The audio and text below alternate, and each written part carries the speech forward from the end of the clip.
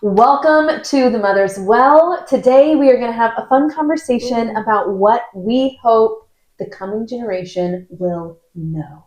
Deep in their bones, deep in their hearts.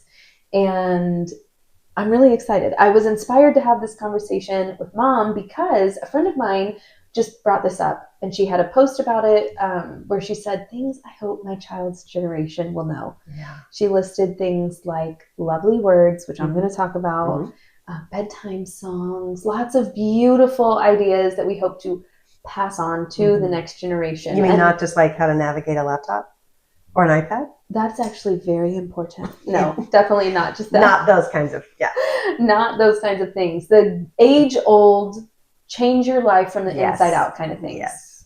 So we're going to get started. Do you want to go first? I'll go first. Okay. I hope that the coming generation knows how to write in cursive and read cursive. Yeah. I've done a lot of genealogy in the last couple of years, and you would be amazed how much of that has been how much information I've gotten has been dependent on being able to read cursive writing. And I feel like it is becoming a lost art. I also think cursive writing is beautiful, beyond just, practical. But yes, I think that is an important skill for the next generation to take with them. And I really think penmanship in my generation started to sort of It did fall by the wayside because I have a real hybrid handwriting situation happening. You have a very beautiful cursive. Grandma had a beautiful cursive. But my dad did it, so I think it is kind of. He's left-handed, and I think it was. I think he does have a nice cursive. It's a nice flow. Yeah, it's a slant, but it's probably because he's left-handed. But I think that one of the reasons I love cursive is the thought of looking at your handwriting and Grandma's handwriting. Yes. There's something about that stands out as distinctly different than blocky print. Oh, for sure. And you know what? My first 4, I taught print first, and I actually think I'm going to teach my youngest just cursive first. You read print, but for many generations, people learn cursive first in writing. So I think that's the way we're going to go because I want that to be ingrained. Yeah, I think it's important. The next one that I want to talk about is the one my friend had said, and that is, I want them to know lovely words. There's a big book that you got me not long ago. I guess now it's been several years. And it was called, I think it was called like Forgotten Words or something. Yes. Yeah. And it has these beautiful illustrations, and it's just words that are leaving the dictionaries, leaving child language. And it even really, just spoken language. Yes. And so a lot of them are from the natural world because for a long time now, kids have been less absorbed in nature than we once were. But to give them beautiful language through poetry, through story, so that they can form strong and robust imaginations that carry them through all sorts of problem solving in their life. Our vocabulary is strongly tied to our ability to problem solve, which I think that's really very interesting. I've also thought, for a long time, I've thought that our vocabulary is a reflection of our heart, number one, and of just not as being a serious person, but the way we approach life. When I'm around people and they use a lot of swearing and things like that, I think, wow, there's so many other words. When the F word, be emphatic with, you know, like when the F word is like a noun, a verb, an adjective. Yes, and it's so like maybe it has been like that for a long time, but I wasn't raised in that generation. Whereas now it's so common. Or when people, and I'm guilty of this too. Like, we totally do that, and then like that, and then like, and totally like that. And then what do you think about that? Like, I do, and I don't know. That kind of, I think that is a reflection of not teaching people how to think through what they want to say using vocabulary. And I like strong vocabulary. I like weak vocabulary. I just like it used well. I like good, strong words that mean something. Joe March said that in Little Women. Oh, that's a good one. And I agree with her. But I think that in this generation, we're really working against shorthand, emojis, GIFs. I use these things as well. GIF, whatever. I've heard it both ways. I always say GIF. I don't know. I've heard GIF a lot. Maybe it's Jif. Whatever it is. I only hear Brittany and Kenan say Jif. They're the only ones. No, I've heard other people too. Maybe I'm wrong. It could be because it's a G followed by an I. Could say G, could say J. Could be either one. You get to interpret that. You get to decide. But lovely words. Yes, not Jif. I want to actually include a link to this poem. I just thought of this. And it's called, I think it's called, We Should Teach the Children the Old Words. Ooh, I've never heard of this. Don't let me forget to include that in the description because I'll link to it. It's beautiful. Okay. Moving on. All right, moving on. Let's do, I don't even know, let's say the smell of pages in a book. Ooh. Which, yes. That's a big one for you. Two things to that. I've always loved the smell of pages in a book. Takes me right back to elementary school library. Oh, yeah. I would go around, we were in a very old building, and I would go around and open just books and smell the books. I just loved that. Now, today we've noticed there is a little bit different smell to some of the books. I think that maybe the paper is a little more synthetic. But I've only the ink. Caught that on a couple of books. Yeah. I still think largely real books still have, you open it, it's like a whole experience. Yes. While it's super convenient to have audiobooks, and I have Audible, and you can get your Libby Library. Like Kindle, like read it on devices. There's so many ways to read a book on a device. I think that has still not the same effect on our brain, on our emotions. There's no way it can, right? No. As physically holding a book and turning the pages. Even as adults, we're doing a book club.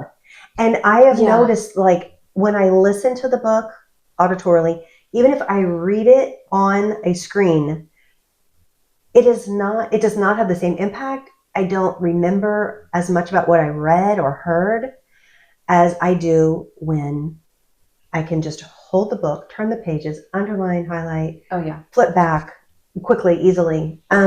So I think the smell of books, holding books, reading real, it's a multi-sensory experience. Yes. And it's like the texture, the sound, the whole thing. Yeah. The whole thing. One thing I really want my children to know is the thrill of receiving letters in the mail. My girls do have a couple pen pals. Yeah. The boys don't want to be pen pals, so they don't really receive letters. But there is something about, whether it's a birthday card, whether it is a letter from a friend or an invitation to a wedding, when you get real mail, it's like, I still love it. It's still, and I can almost pinpoint the shift. It was the internet is when that shifted. And I feel like it really was a disservice because it was it felt more disconnected. It does feel more disconnected. It takes less effort. Once again, it's not the same sensory experience. Right. We think about how we have these horrible cortisol issues and like serotonin issues now. And it's like, what's the difference between opening up your email and seeing 50 messages that you need to read through and half of it's junk versus walking to your mailbox, click, opening it up, looking inside, seeing the little spider crawl across the page, and then you rip it open and you don't know what's inside. There's just a totally different experience. And something that I'm actually doing to try to bring this back, which if you're interested, your interest in this will make this go from dream phase to reality phase, is a monthly subscription pen pal like club. Yes. I'm calling it Letters from Mulberry Hill because that's the name of our house that's up the hill from Mom's house where we're recording right now. And I just am going to be writing letters to mamas who want a little encouragement, who need that companionship, who want to go a little analog, step away from the screen a little bit.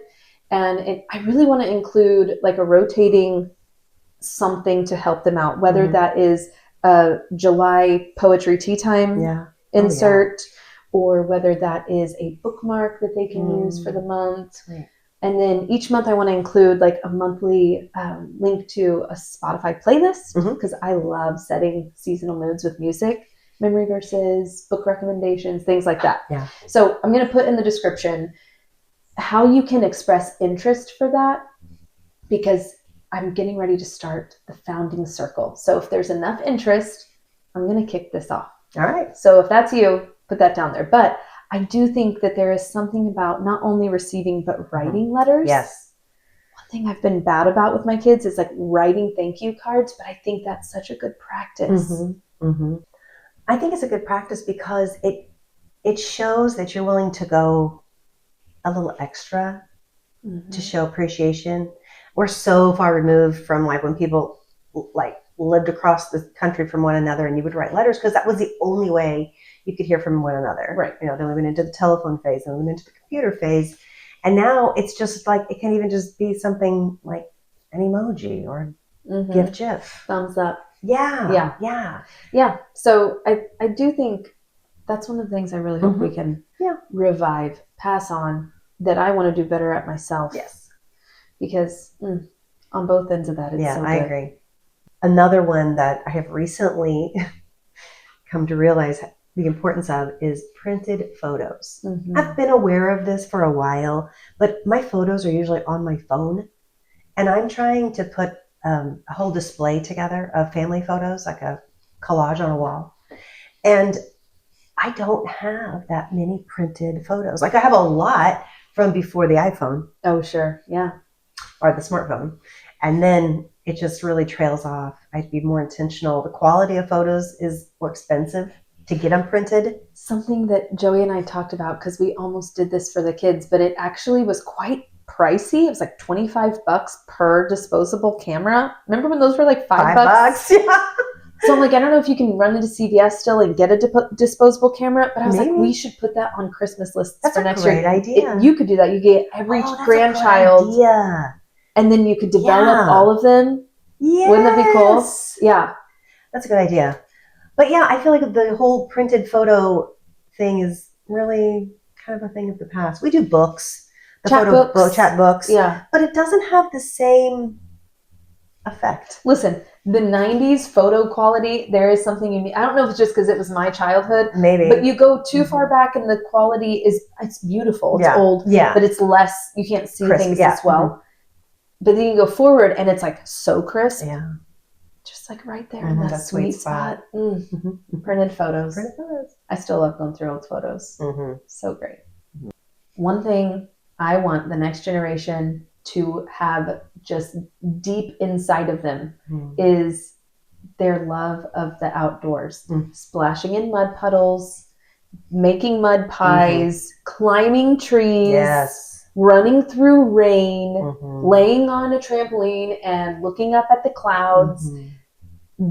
Those things where you're sort of alone with your own thoughts and just the world that God made. I really want the next generation to have experienced that. Yes. Not with the distraction of things in their ears or a phone in their face. It's so sad, but it's true. Like, I'm guilty of it sometimes, of just going outside and I just have my phone, like listening to a podcast. And then I've tried recently to be more intentional, to just be quiet. And we live in the country, so there's not a lot of other things to be distracted by other than birds, the dogs, somebody wants an hour driving past. But it's spring peepers. Spring peepers. This time of year is just wonderful. Even in the dead of winter, though, when we've had better weather, I still will sit outside in the quiet. Yes.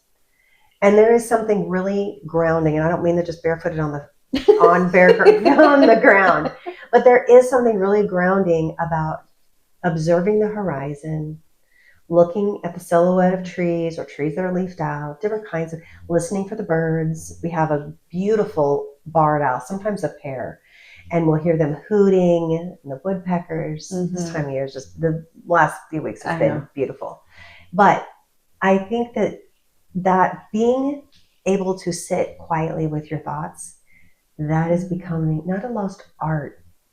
I don't know if I call it art. A lost skill. A lost discipline. And something that's essential and we didn't to even our humanness. We didn't even know that was a discipline. No, it was just our reality. It was our life. Just, And to be honest, it was our life for millennia until...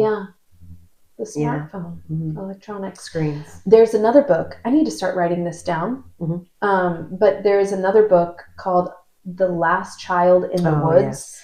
And the author coined the term nature deficit disorder and he goes through a lot of things in that book.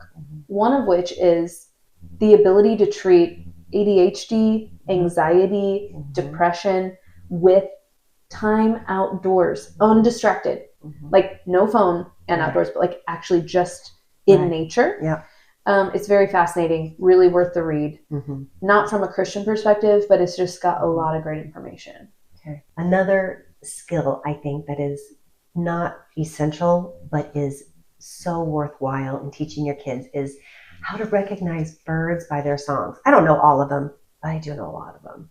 And some of that goes back to just observing, just being in nature quietly, no distractions, just observing your surroundings, to know leaves or the leaves of trees, to know like, okay, this leaf goes with that tree. So many people know the bark.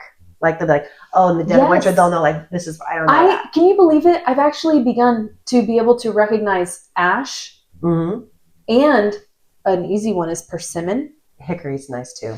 Hickory's very easy. Sycamore. Yes, sycamore and birch. There are some that you can recognize pretty easily by their bark.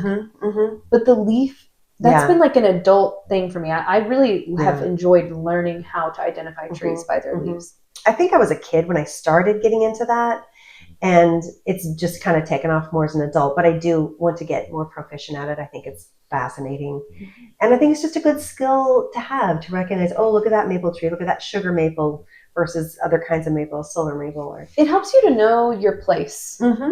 It helps you to, I think, root down into your place because you get to know, I don't mean this in like the weird, like spiritual sense. You just get to know the nature around you. Yes, because like I'm listing off these trees, but these are not the trees in all parts of the country, of the world. So in the deep south, it's going to be vastly different. Yes. From property to property. You know, we don't have a lot of maples on our property right now. Which we will do something about that. We're about to do something about that. But we do have a lot of juniper, cedar. We have a lot of oaks. We have a lot of oaks. A lot of oaks. Tulip poplars, which is our state tree. Like there's lots of different things. Yeah. I'm not as good at bird song, but I have gotten better at identifying. Some of that is just really trial and error. And I'll be honest, sometimes the stinking smartphone is helpful because I can listen to some examples of other birds and be like, yes, that's that bird. But sometimes there's some I just cannot figure out. But it's a good skill to work on. I think it's a fun skill to do with your kids. And it also, if you're like, they're like, I'm bored, this is, I don't know what I'm doing. Like, kids do that. My kids did that. Then I think that is a good thing to occupy their minds. Yes. Yeah. I want to do a new one that it's not on the list. What is it? I want the kids to know how to be bored. Yes. Yes. Kids don't know how to be bored. Yeah. Like, you can't be like listening to music and on a smartphone and be like, oh, I'm bored. Exactly. Like, literally, I heard a comedian say, you look like you're from the future. Like, really? You look like the least bored person I've ever seen. Yes. Like, what he brought up was like car rides with no electronics. Oh, yeah. Where you look out the window. I don't remember what he said, but I was thinking, I used to follow like were they phone lines at that point in time? Why am I about to say a phone line? Probably power lines, yeah. And I would just like swoop with it. You know, you swoop with those power lines. Or to just watch the silhouette of trees, like go down the highway. Yeah. Count the fence posts. How many can I count? Right. You know? Play the alphabet game. Look for the letters of the alphabet in a license plate or a car or a sign. I recognize that actually what this requires a lot of us as parents because the screens buy us ease in a way.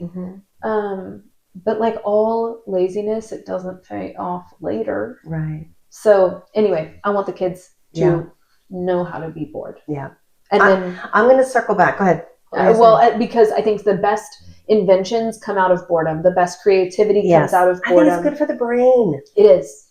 And I think that you have to process emotions that you're dealing with too. Yeah. I think you have to process things when you have quiet time to be bored and just have to think. I agree. But we were talking about recognizing trees by their leaves. Yes. Recognizing birds by song and sunrise and sunset by seasons. Because they're very different experience. Very different colors. Yeah. Different parts of the sky. They cast light in different ways. In fact, in like February, the dead of winter here, Mm-hmm. when I'm like, this is too much, the sunset is something that really carries me through. Oh, it's because it's so vibrant. It takes me all the way back to childhood and then all the way back to high school when I was in musicals. And I would come home peeping up over those hills just as the sun was setting, and it was just glowing. So vibrant red. Yeah. And recognizing that isn't as much a skill because you don't know, like, it's February or it's October or it's December, but it is more of just taking the time to make the observations. Always stop for sunsets. Yes. There's a reason. That's a thing. Sunrises and sunsets. My kids will call me to sunsets and they'll say, Mom, you always say always stop for sunsets. It's true. I do say that. I want the kids to know what it feels like to go barefoot in a garden and the soft June earth squishing between your toes, and then to go into that same garden and pick berries or through the woods and pick wild blackberries and make those things into jam. Yes. Or like we do that with applesauce. Yes. Just sort of that. The smell of tomatoes.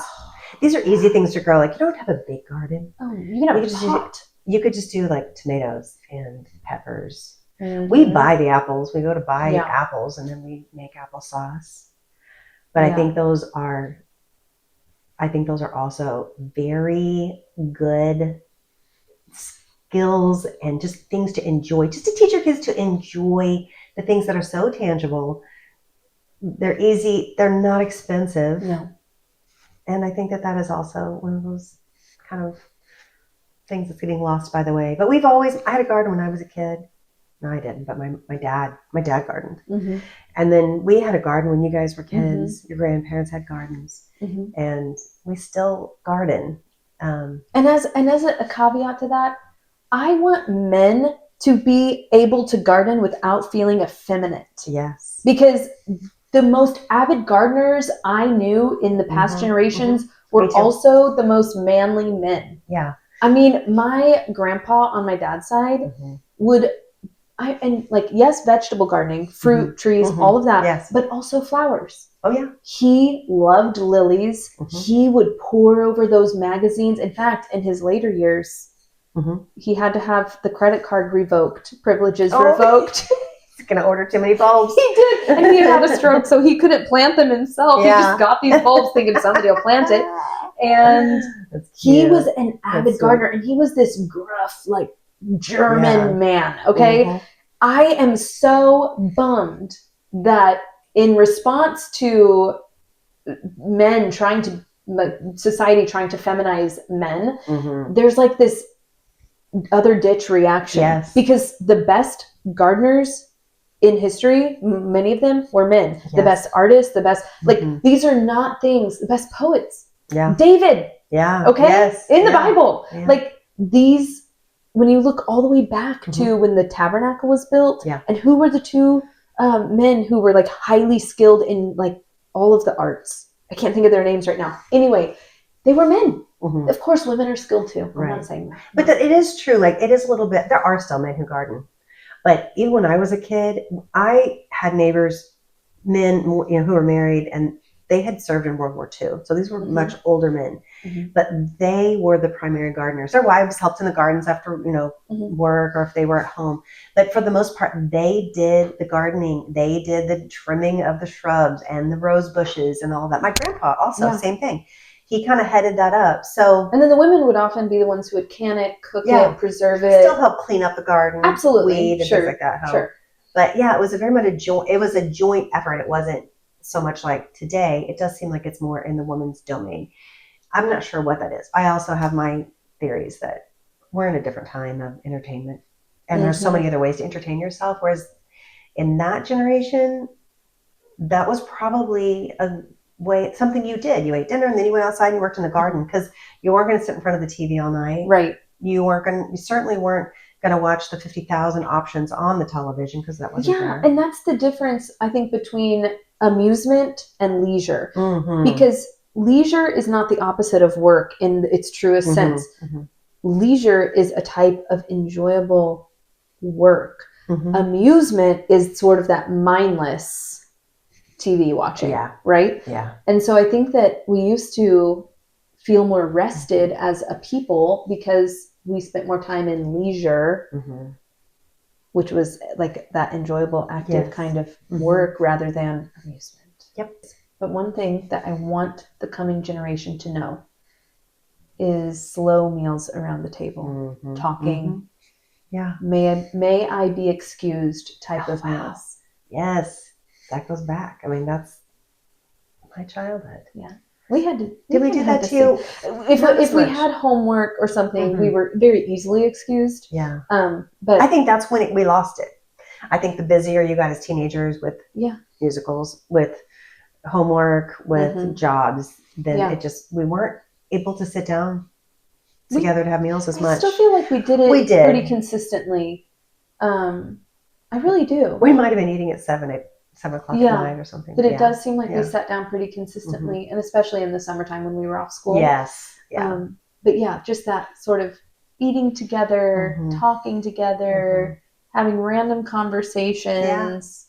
Talking about your day. Yeah. And, I think everything's rushed. It just gives space for those and now we have to be intentional, like no phones at the table kind of a thing. Somebody came up to me while we were on vacation, and she's like, I noticed you had no electronics at your table. Good job. Oh, yeah. Great. Yeah. And I feel like that's getting a little better because I think people are more aware. There was that weird time when it was like every kid was on a tablet while they had to wait 5 minutes. Yes. Or the parents were talking with the kids on a tablet. Yeah. Anyway. It's dinners around the table. Dinners around the table are great. And I would say the last thing that we can say to wrap this up. Wrap it up. Is I hope that the next generation remembers and carries with them the ability to say, I love you with eye contact. I have found that there are a lot of people, I think it's more common now that people say, I love you, but so many people that grew up without being told, I love you. And certainly not on a daily basis. So I think that's so important. And I hope we said it. We did say, I love you. My parents were great about that. My grandparents were great about that.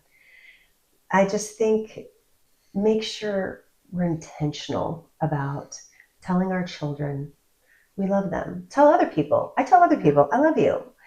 I think that's important. There's a lot of assumption. You might think, I know they love me, or they know I love them. But I think to actually say the words is like smelling a book. It's like writing in cursive. It's like feeling the dirt under your feet, listening to birdsong. It's just the next level of the experience. Yes. And hugging. Yes. Read a study recently about how it's like for emotional wellness, 4 hugs just to survive emotionally. 4 hugs a day. 4 hugs a day. At least 4 seconds a hug. Oh, wow. You see more benefit with a hug that goes beyond 20 seconds. Oh, wow. That's great. I think it was like 8 hugs a day for maintenance and 12 hugs a day. And those are the people you see who have like a lot of emotional resiliency. That is so wonderful. I think in the day we live in where we're so aware of so much misuse of hugs, not to let that stop us from teaching our kids healthy affection and giving them affection. Yeah.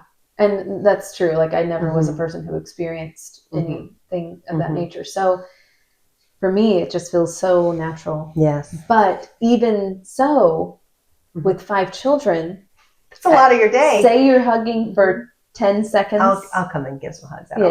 You should spread the hugs around. Wish I could give all the... I think I figured it up. I can't remember which numbers I used, but it was like, okay, I'll spend about 6 minutes a day in a hug. Yeah. I'm going to be the healthiest of all. That's right. You get all the hugs. This is great. Anyway, we hope that you all enjoyed this conversation with us. Leave us a comment. Let us know, what do you hope the coming generation knows deep in their bones? Hit subscribe. If you want to be notified when our videos drop, hit that little alert button, because I don't know about you, but sometimes the people I subscribe to don't actually pop up in my YouTube feed. So if you hit that little alert button, then you will know every time that we have another conversation that you can join in on. And we hope that you have a great week. We'll see you next time.